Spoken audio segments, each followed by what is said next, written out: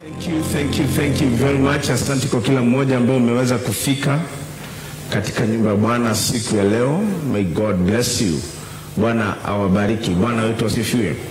Najua wengi walienda nyumbani ku celebrate, na it doesn't matter where you celebrate provided you are alive. Uko mzima, hiyo ndio muujiza wa kwanza. Bwana wetu asifiwe. Wengine pengine tukupata nafasi ya kwenda mbali vile tulitaka kuenda, but we are here with the grace of God na neema ya Bwana na uzima wa Bwana. We thank God that we will celebrate together. Amen. Kwa majuma tatu nimekuwa nikishare kuhusu lessons from the Christmas story. People celebrate this season. Watu wanasherehekea season hii, lakini hawajui ni mafundisho gani hii season inatufundisha. Amen. Na the first Sunday niliongea kuhusu the unbelief, the lesson of unbelief. Na nikachukua one character, kwa maana kuna characters ambao nilipick wa kutufunza kipindi hiki kiko namna gani. Na the first character was Zakaria, ambaye alikuwa ametumikia Mungu kwa miaka mingi sana, lakini hawakuwa na mtoto. Lakini wakati malaika alimtokea na akamwambia kwa Zakaria, mke wako atapata mtoto, the reaction was the spirit the spirit of unbelief. Alionyeshana kuwa aamini. Aliuliza, how can this be possible? Hii inawezekana namna gani? Na nikasema we can be staying in the church for a long time, na kitu kimoja kinatufanya tusipokee kile tunapokea, it is because we doubt even when God moves in our lives. Bwana tuasifiwe.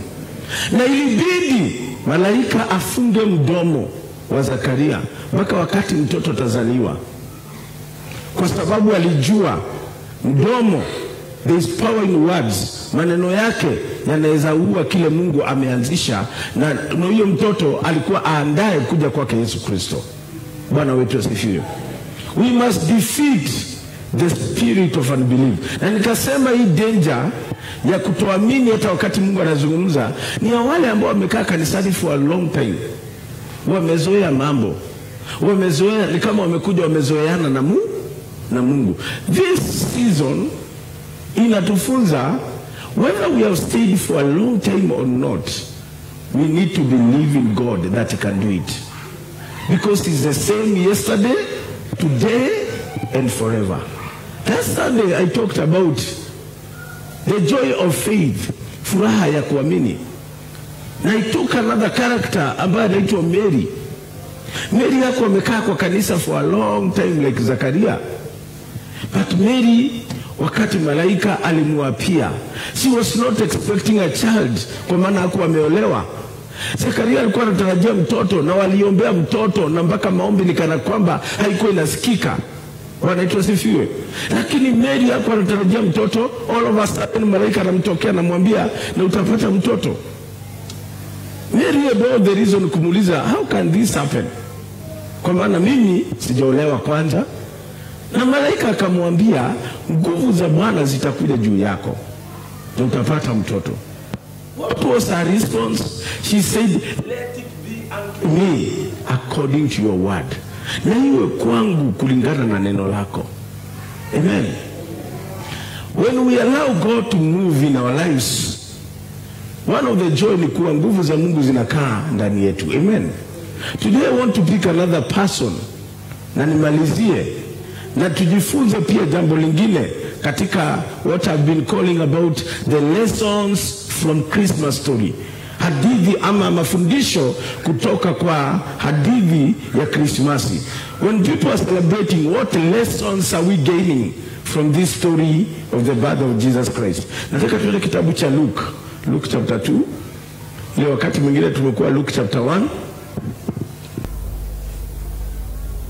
Tuanze mstari wa 22. Tuanze mstari wa 22. Tuende mpaka mstari wa 20 na ngapi? Tuende mpaka mstari wa 35. Biblia inasema, when the time of their purification according to the law of Moses had been completed, Joseph and Mary took him to Jerusalem to present him to the Lord. Yesu amezaliwa tayari, na kabla kuzaliwa kulikuwa na wakati wa utakaso kulingana na sheria za Musa. Na Biblia inasema zilipokwisha kulingana pia na hizo sheria za Musa, walimpeleka Jerusalem, kumpeleka mbele za Bwana, kama vile watoto wanaenda kudedicatiwa in the presence of the Lord. Amen. Mstari wa 23 nasema, as it is written in the law of the Lord, every firstborn male is to be consecrated to the Lord. I told you the first belongs to the Lord. Amen. So mtoto wa kwanza alikuwa kuwe consecrated na dedicated, kwa sababu ndiye alikuwa anafungua, alikuwa ni kama kufungua, so that all the other kids that are coming wanaweza barikiwa. Let's go to 24. And to offer a sacrifice in keeping with what is said in the law of the Lord, a pair of doves or 2 young pigeons. Sacrifice ilikuwa ina depend na economy ya mtu. Wale ambao walikuwa wa chini sana, which was the category ya Mary, walikuwa napeana doves na pigeons. Lakini wale wengine walikuwa napeana mbuzi na vitu kama zile. Bwana wetu asifiwe. So let's go to verse 25. My interest iko in verse 25. From verse 25, that's where my interest is. Biblia inasema, now there was a man in Jerusalem called Simeon, who was righteous and devout. He was waiting for the consecration of Israel, and the Holy Spirit was upon him. Let's go to verse 26. It had been revealed to him by the Holy Spirit that he would not die before he had seen the Lord's Christ. Moved by the Spirit, he went into the temple court. When the parents brought in the child Jesus to do for him what the customs of the law required, Simeon took him in his arms and praised God, saying, akisema, Sovereign Lord, as you have promised, you now dismiss your servant in peace. Mstari wa 30. For my eyes have seen your salvation, which you have prepared in the sight of all people, a light of revelation to the Gentiles, and for glory to your people Israel. Verse 33. The child's father and mother marveled at what was said about him. Let's go to verse 34. Then Simeon blessed them and said to Mary his mother, this child is destined to cause the falling and rising of many in Israel, and to be a sign that will be spoken against. Verse 35. So that the thoughts of many hearts will be revealed, and a sword will pierce your own soul too. May God bless his word in Jesus' name. Let's pray. Father, we thank you. I pray that I share your word this morning. Let your will be done. Wacha mapenzi yako yatimike. Open our eyes that we may see that which you are ministering to us. Open our eyes and our ears that we may receive the revelation of the word of God in our lives, in the name of Jesus. We bless you and we honor you. Tunasema ni asanti kwa maana hakuna mwingine kama wewe. Katika jina la Yesu tumeomba na kuamini. Amen.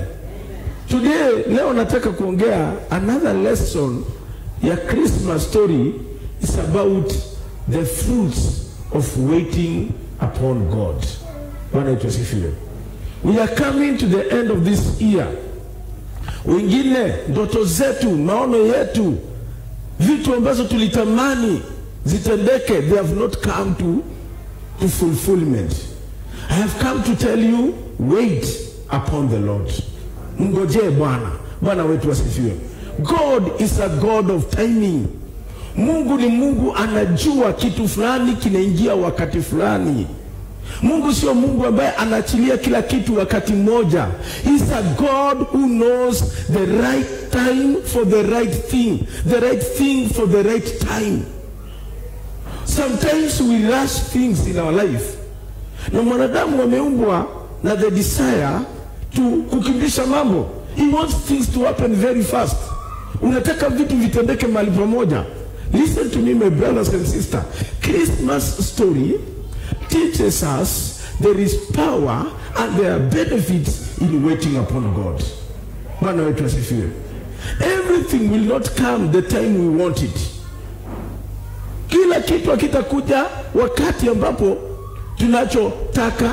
Wakati mwingine by his purpose, kulingana na design ya Mungu na kulingana na makusudi ya Mungu, sometimes God delays some things ili ukuwe na hali ya kumgojea.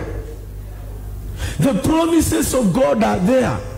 Na wakati Yesu alipokuwa anazaliwa, there were many people that God appeared to them na akawapea promises. One of them is Simon.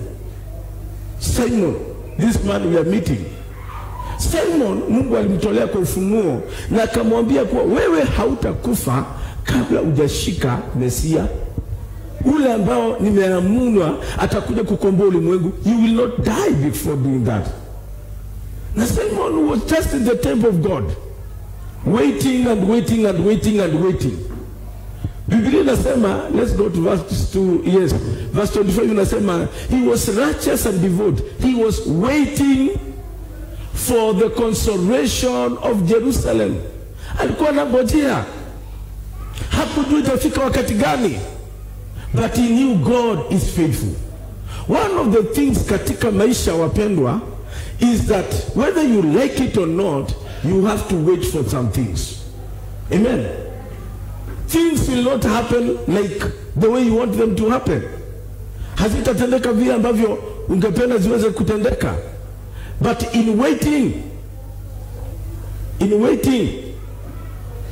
katika kumgoja, we will see things happening at the right time. Bwana atusifiwe. Biblia inasema kitabu cha 1 Peter chapter 3 verse 9. 1 Peter chapter 3 verse 9.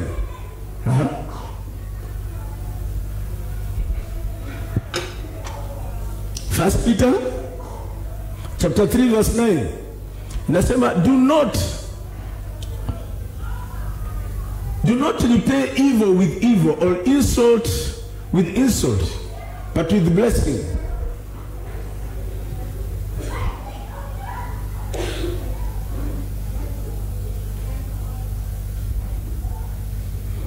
No. Is it 2 Peter? Can you look for 2 Peter? Chapter 3 verse 9. Because it's not what I'm looking for. 2 Peter, please. Yeah, it is 2 Peter, not 1 Peter. Chapter 3 verse 9.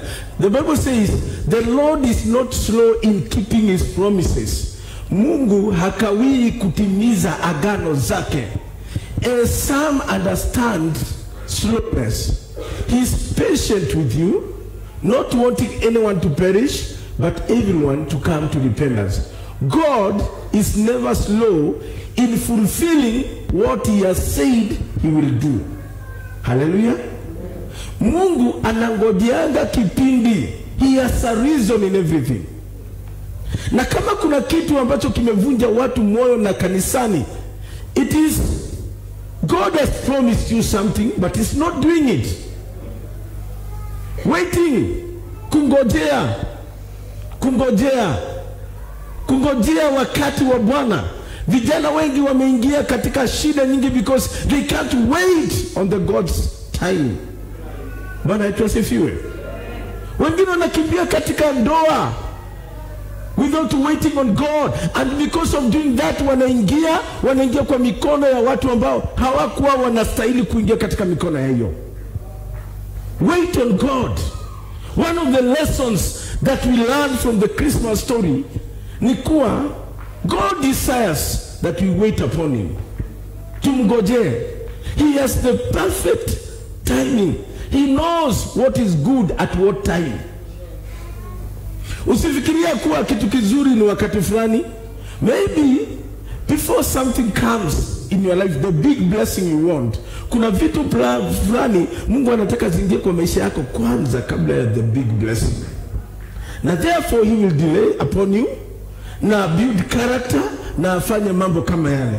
Simeon waited kwa miaka mingi sana. Lakini alipoona Yesu hivi na akamguza, akajua ahadi ya Mungu imetimia. Bwana wetu asifiwe. So the Lord, kitu cha kwanza nataka ujue, Mungu hakawii kutimiza vitu zake. God will always do what he has promised to do. Amen. Galatians chapter 6 verse 9. I'm reading the best and then kuja nimalizie. Galatians chapter 6 verse 9 inasema namna gani? Let us not become weary in doing good, for at the proper time we will reap a harvest if we do not give up. Amen.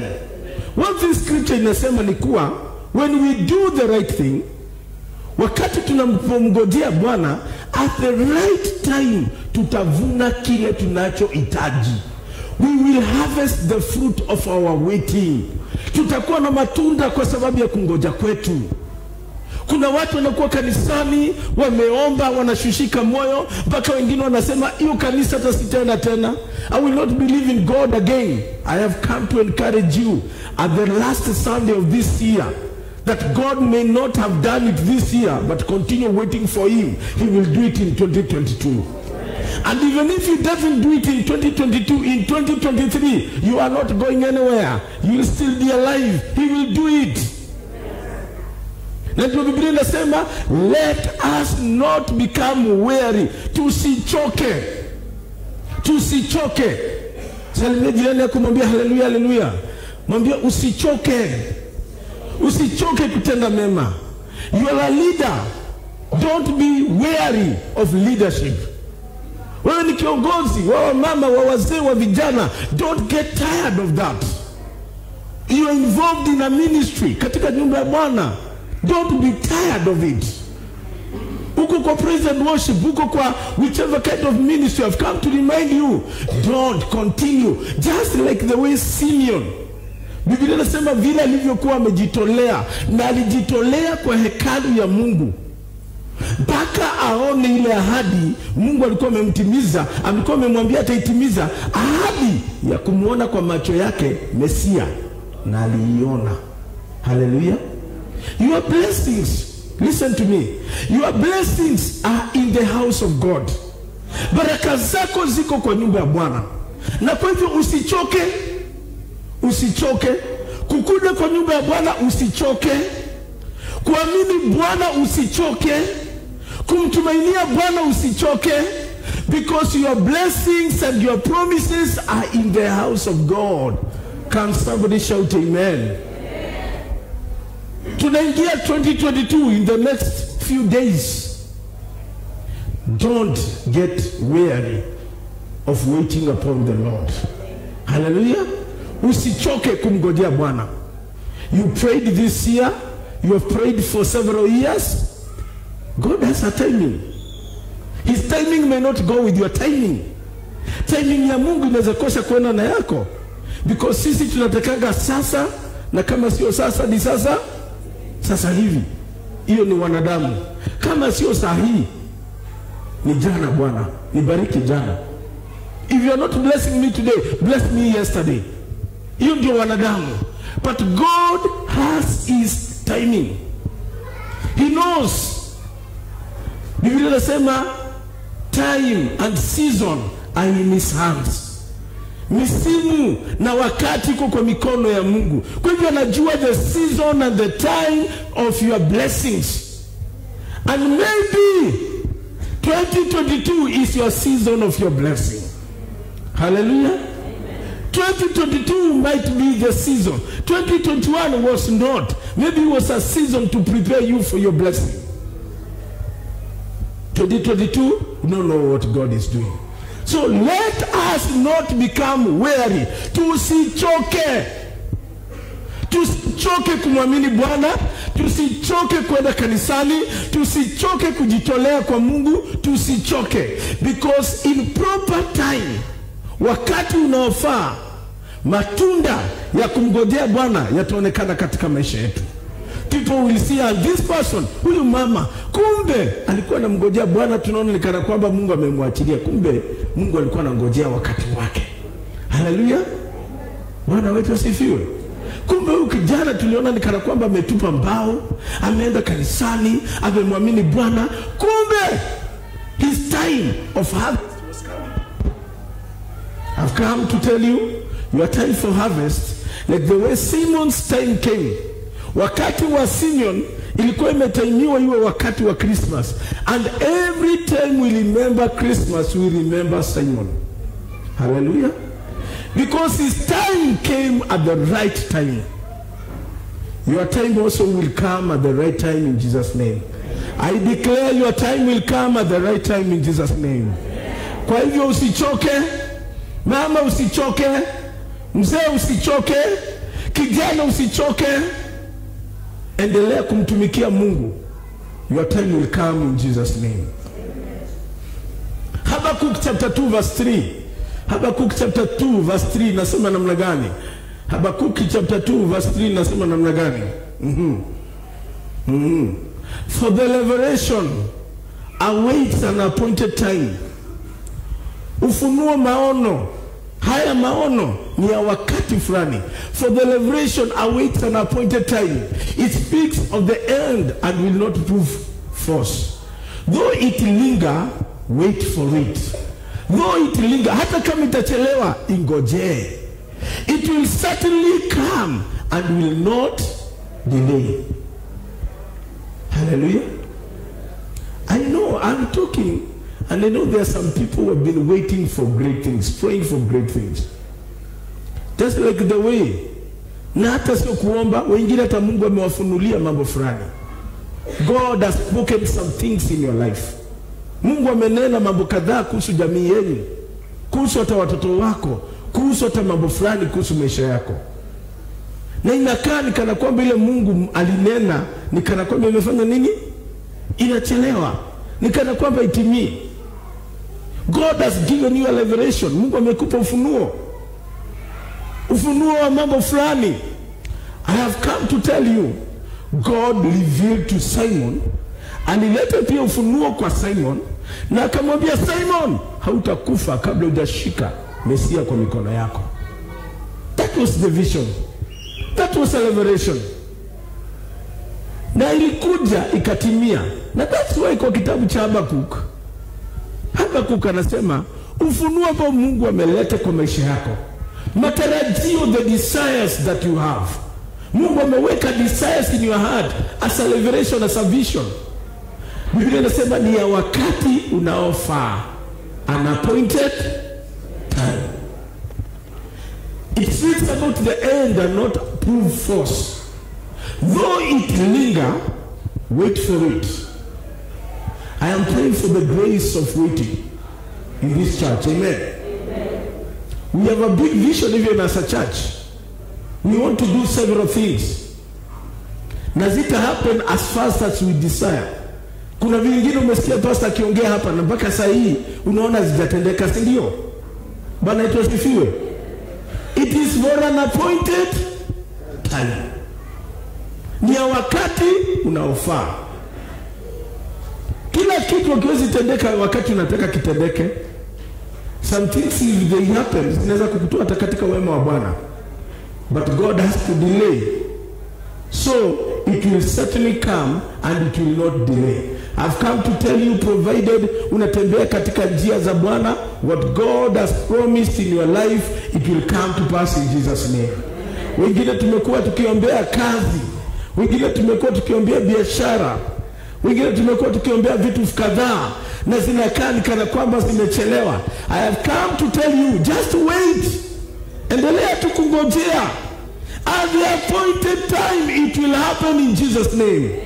This year you decide some things to happen. Hata mimi nilikuwa na mambo kadhaa nilitamani ifanyike mwaka na ikutendeka, but I am still waiting on God. Because I know God knows. Mungu anajua na anajua vizuri ya kutaweza kutendeka katika wakati wake katika jina la Yesu. Bwana wetu asifiwe. So I want to encourage you. Umekuwa ukiombea mtoto wako na unaona hajabadilika, wait upon the Lord. Don't give up. Wait upon the Lord. At the appointed time. Huyo mtoto tashindo, huyu ni ule alikuwa mkora, ule alikuwa anakaa mkora. Ndio huyu. He's a big blessing right now. Because at the right time, God fulfills what he has said he will do. Bwana wetu asifiwe. So, what are the fruits of waiting upon God? Let's go to verse 25. Verse 25. Maanani, amahali ambapo tulisoma Luke chapter 2 verse 25. Biblia inasema there was a man in Jerusalem called Simon who was righteous and devout.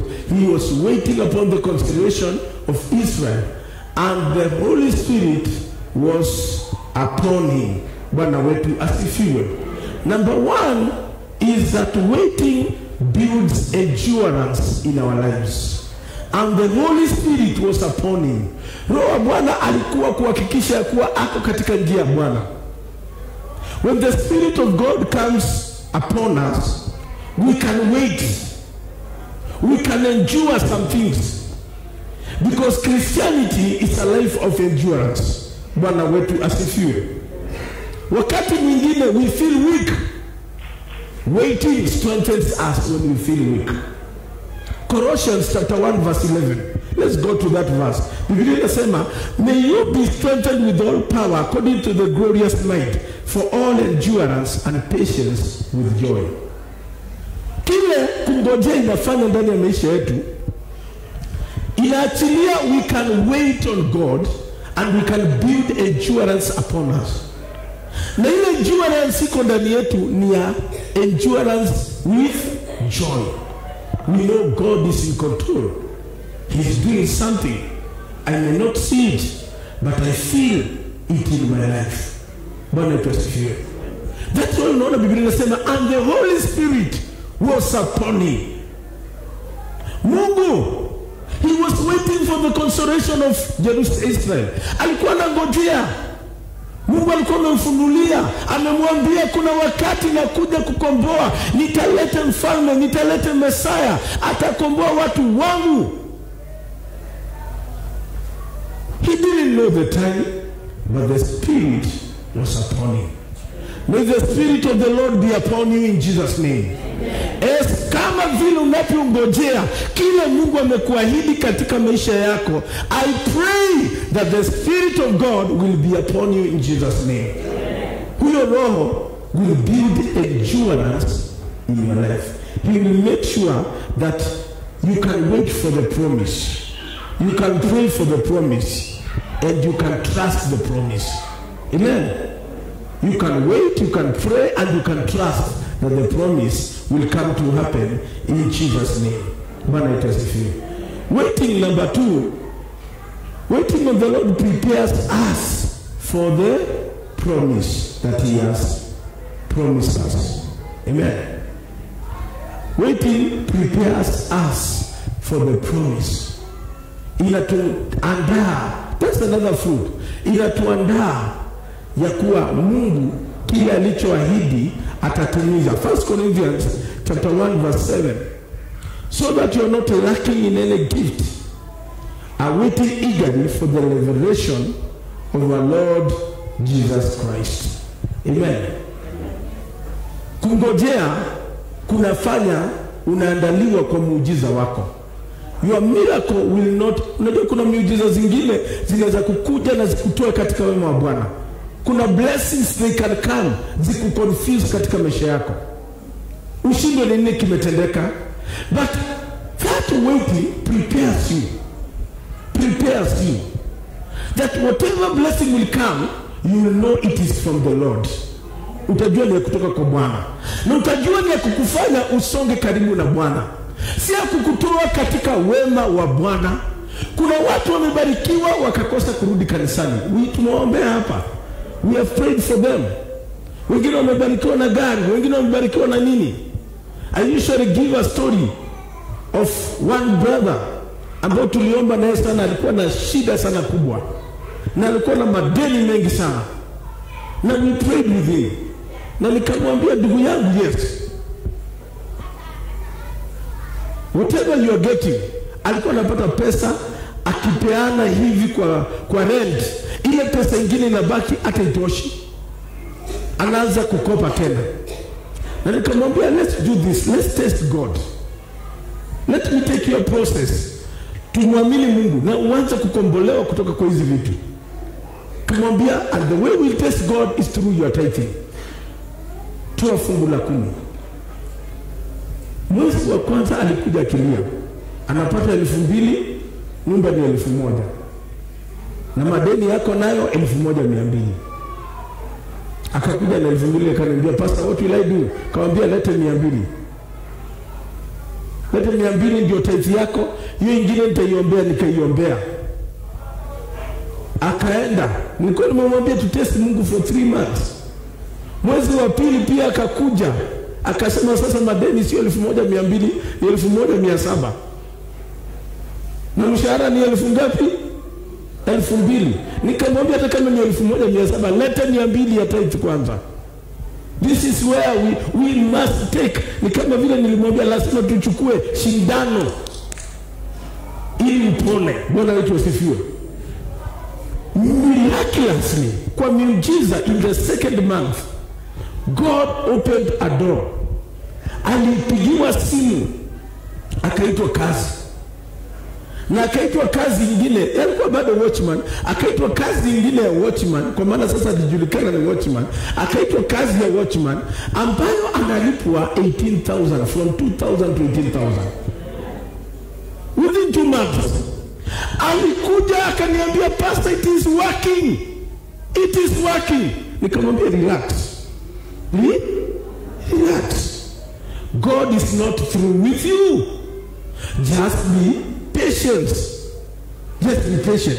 Kile nilijua, kile ambacho baadaye nilikuja kugundua ni kuwa nilimharakisha kwa muujiza wake, hakuandaliwa kupokea muujiza wake.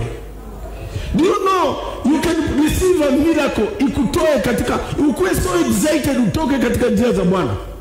Kuna watu hapa wakiona 1,000,000 hawatarudi kanisani tena. Hivi tuna macho ianguke hivi, wamechanganyikiwa, wajui watafanya nini, because you are not prepared to receive that miracle. Waiting prepares us to receive the promise of God, so that we know this is the promise of God, na itatuchanganya, instead itatufanya tuendelee kumpenda Mungu. Bwana wetu asifiwe. Ndugu, nikamwambia relax, umepata 18,000, yes, na wewe pia umetoka from 200 kutoa tithe, umefika 1,800, na you will see how God will. Akasema pastor ni sawa. Mwezi wa kwanza akakuja na 1,800, nikaendelea kumwombea. Mwezi wa pili nikamwambia we do the way we do. Mwezi wa pili akakuja na 1,800. Kwa hiyo mwezi mwingine ya pili baada ya kupokea kazi tena akapewa duka ya butchery kwa mahali alipokuwa naenda, pesa yake tena ikaongezeka. Akakuja akaniambia pastor, ninaona miujiza inatendeka. Alikuwa anakalia stool akahamisha. Alikuwa na ile inaitangwa aje, TV ya black and white, ikatolewa ikaekwa karat, because he's really blessed. All of a sudden, kwa sababu ya butchery, pesa yake ikatoka from 18,000 to 50,000. Sasa hapo ndipo niliambia kwa pastor, niko busy kidogo, I am busy, because pesa imefika 50,000. Tunatoka na 2,000, nimepeleka pole nifikisha 50,000. Sasa ameanza kuwa busy. Na wewe ndugu, na fungu la 10 itakuja tu pastor. Nilikuja. He was not prepared for his miracle. Just 50,000. God could have taken him. Alikuwa ameanza kumpeleka inajani. Vitu vikaanza kuchange. Because he forgot kile likweko. Aliona pesa ni mingi, akaanza kwenda kwa baa. Sasa anaweza kunywa pombe. Sasa anaweza enda marafiki, akiniona pastor ananika namna hii.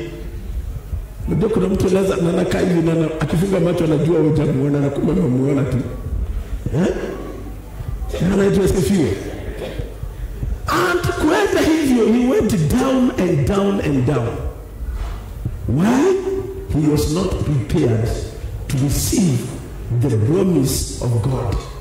Waiting upon God, one thing inafanya, you are ready now to receive the promise that God has called you. Amen. Ile ahadi Mungu atakuletea na kustue hata kama atakupea namna gani, because you have been waiting for him. Ameandaa moyo wako, amekuandaa physically, spiritually, financially, in every state to receive the promise of God. That is a fruit of waiting on God. So that baraka za Bwana zisikupeleke kaburini. Kwa maana kuna baraka zingine zinakuja, kuna vitu zinakuja baada ya kukupeleka kwa wema wa Bwana zinakupeleka kaburini, which is not good. Bwana wetu asifiwe. Number 3, waiting protects us from the dangers that are ahead of us. Amen. Hatari ambazo ziko mbele yetu. Kunaweza kuwa kuko na hatari katika ndoa yako, na Mungu anachelewesha wewe kuoa intentionally. You are a young person. Anaona mahali uko sahi, mahali macho yako imeangalia, ule dada umeangalia, ule ndugu umeangalia, anajua huyu kuna hatari iko. So anachelewesha. Ukijaribu kupanga mambo inaendelea kana namna hii na namna hii. Kumbe kuna danger is ahead of you that God wants to deliver you from. Waiting prevents us, protects us from the danger that is ahead of us. Sorry.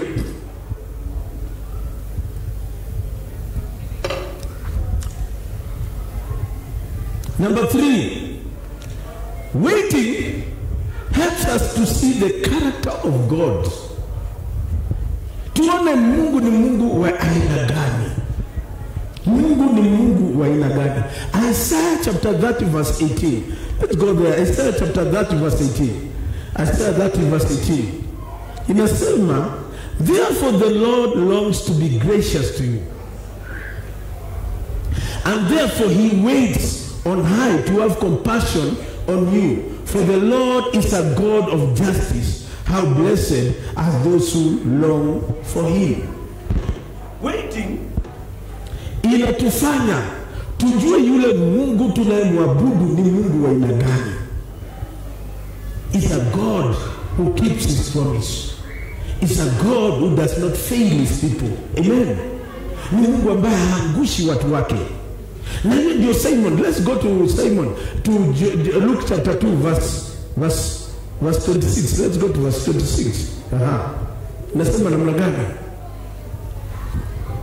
Luke chapter 2 verse 26.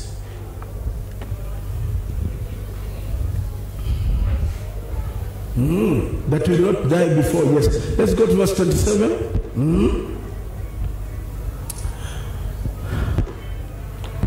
Let's go to verse 28. Should be verse 28.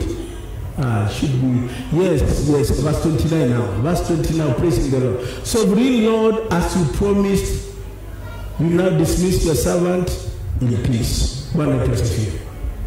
Kitu kimoja Simon aliona in waiting is the character of God, is that God promises and he fulfills. Amen. God promises and he fulfills. Waiting upon God inatufanya tumjue Mungu vizuri. You cannot know a person in one day. You can know a person mkikaa naye kwa muda mrefu. The more you wait upon God on something, na akuje aitimize, the more you can understand the God that you are worshiping. Bwana wetu asifiwe. Ni Mungu aina gani huyu Mungu ambao tunaabudu? Ni Mungu aina gani huyu ambao Mungu tunaweza kumngojea na kuweza kumwamini? Bwana wetu asifiwe. Number what? Whichever number it is. Waiting upon God. Waiting upon God inatuonyesha it reveals to us what kind of people we are. Sisi wenyewe, sisi ni watu aina gani? Ukiweka watu wangojee, hapo ndio utajua what kind of people they are. Juzi we were in a particular meeting somewhere, na kuna watu walikuwa wameitwa na wakafika saa 5, na we had to discuss several things kabla waitwe ili tuwasikize katika mkutano. Na because of the discussion tulikuwa nazo na zilikuwa very important, tulidiscuss mpaka saa 10 au wakingojea tu pale nje. Wakati waliitwa na wakaambiwa kujeni sasa from saa 5 to saa 10, na si ati sisi tulikuwa tunarelax, we were doing something very serious which were very important. Wakati waliitwa, it took just like the chairman stood na kachukua kama 10 minutes kuelezea, na akawaambia today hatutaweza kufanya kile tulitaka kwa maana kumekuwa na mambo mengi, but we have planned this and this and this. Na kuambia hapo ndio unajua watu, waiting reveals who you are. Watu waliamuka hapo wakasema hapana, tumengojea kuanzia saa 5 mpaka saa 10 we can't. To cut the story short, we were forced to call the police to cool down. Waiting will reveal who you are. Amen. Itaoneshana wewe ni mtu aina gani. Wewe ni mtu, kuna wengine wanangojea mpaka wanaanza kutukana Mungu. Naambia, na nilifikiria Mungu ni Mungu mwaminifu. Waiting will reveal what kind of people we are and what we are capable to do. When we wait on God, now we still praise Him even after 5 years, then it shows we can wait on God. Amen. It shows our faith in God. Our faith is tested by waiting. Imani yetu inajaribiwa na kungojea kwetu, which is very important. We are living in a generation where things are made very simple. Kwa dakika mbili, instant tea, instant coffee, instant communication. In fact, wanasema the village is becoming global village. Ukitaka kuongea na watu wa mbali, utaongea nao haraka. Yesterday we had to talk with the people very far. Na tunaongea, tunacheka, tuna wish Merry Christmas, nini na mambo kama yale, bali sisi tuko Kenya, wako mbali sana. That is the world we are. Na imani hii world vile inaenda inapinga imani yetu. Because faith, your faith must be tested. The way things are happening very fast in the world, these are not happen very fast with your faith. You are to be tested. You have to wait. Now you do the challenge. And therefore, waiting will reveal us the kind of people we are, the kind of believers we are. Bwana tusifiwe. Kwa mfano, kuja hapa kanisani, ukute kanisa tulistahili kuanza saa 3, imechelewa, tutaanza saa 7. Can you wait mpaka saa 7? It will reveal the kind of person you are. Can you wait on God in prayer for whole night? Unaweza kuja hapa kanisani na uombe usiku mzima kumngojea Bwana. Wengine tuna haraka sana. We want to pray for 2 minutes, but we get a miracle for 100 years. 2 minutes. But the miracle ile tunataka kuja dakika 2, tunataka ikuje ya miujiza miaka 20. Can we wait even for 1 hour?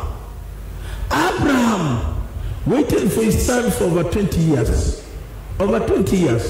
Ili abarikiwe na Isaac. Nowadays, can we wait even over 10 days or 20 days? Tunaweza. Ni ngumu sana. Israel had to wait over 100 years ili wakombolewe kutoka Egypt. Na Mungu akasema, ninataka mpaka dhambi ya watu fulani itimie ndio niweze kutoa wana wa Israeli kutoka Egypt. Can we wait even 10 years or 10 days? Inakuwa ni ngumu sana. I gave a story ya dada mmoja ambaye aliombea baba yake for 10 years ili abadilike. 10 years. Wengine we could give up. Na after 10 years Mungu akabadilisha baba yake. 10 years. Can we wait?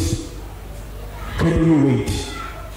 Christmas story teaches us there are fruits of waiting upon the Lord. Bwana wetu asifiwe. Bwana wetu asifiwe. There are fruits of waiting upon the Lord. The last one is that waiting upon the Lord gives us time also to rest and to experience the peace of God in our lives. Amen. Isaiah chapter 40 verse 31 inasema, but they who wait for the Lord shall renew their strength. They shall mount up with wings like eagles. They shall run and not be weary. They shall walk and not faint. Waiting upon God releases the peace of God. Let's go to Luke chapter 2 verse 29 and 30 there. 29, let's go 29, 30. 29, 30. I want to finish there. That's kusimamia hapo. Yeah, verse. Nasema namna gani? Now dismiss your servant in what? In peace. Waiting upon God releases the peace of God in our lives. We can rest. We can be sure that God is in control. Mstari wa 30. For my eyes have seen your salvation. That one. 31. Which you have prepared in the sight of all people. So waiting upon the Lord gives us time to rest. Gives us time to reflect and to see the peace of God. The peace of God. The peace of God in our lives. I have come to tell you, tunapomalizia mwaka, wait upon the Lord. Amen. Kuna vitu hujaona hii mwaka ikitimia. Wait upon the Lord is faithful. Kuna maombi yatendeka hii mwaka. Wait upon the Lord.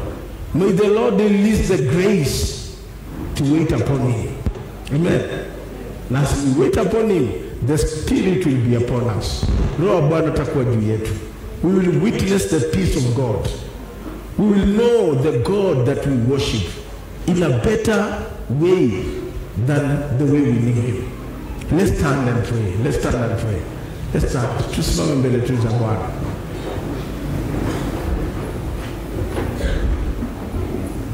Inua tu mkono wako mbele za Bwana. Mwambie Bwana ni asante. Nipe roho ya kuvumilia mbele zako. I am praying for men and women. Naombea wamama, naombea wazee, naombea vijana.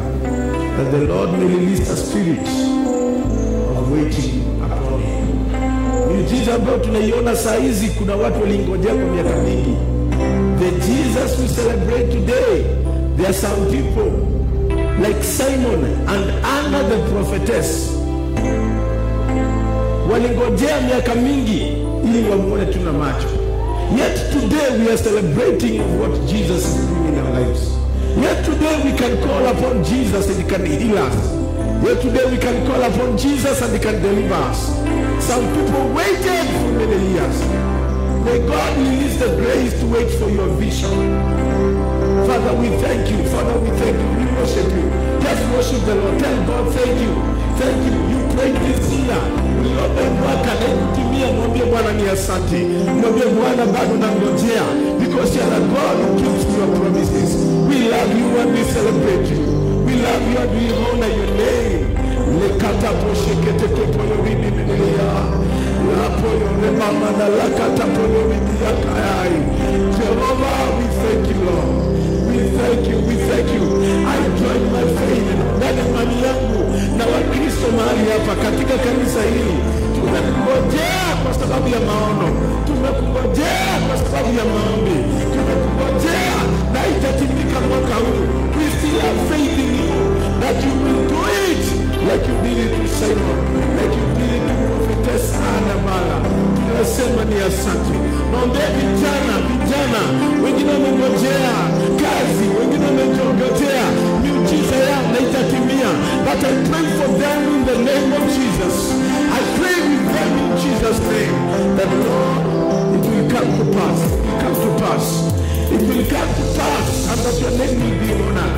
Jina lako litatukuzwa, kwa maana wewe ni Mungu unayetenda zaidi ya mawazo yetu.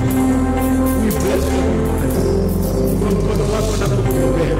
Baba, naombea wazee wa mama, vijana ambao wamekuja katika nyumba yako siku leo. This year,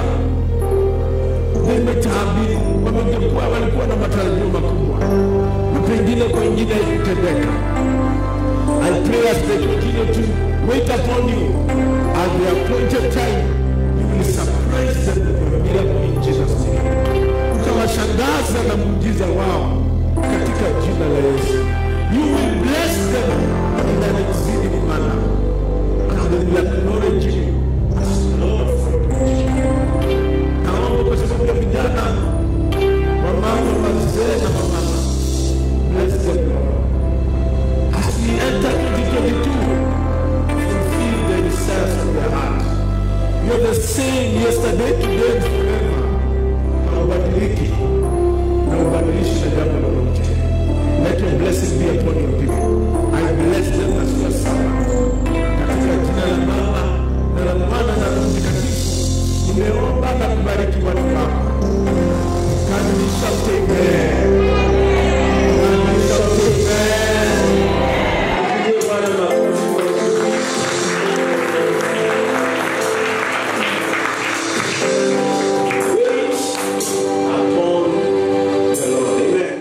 Join us on our social media platforms, Facebook page and YouTube channel as Housing KAG. God bless you.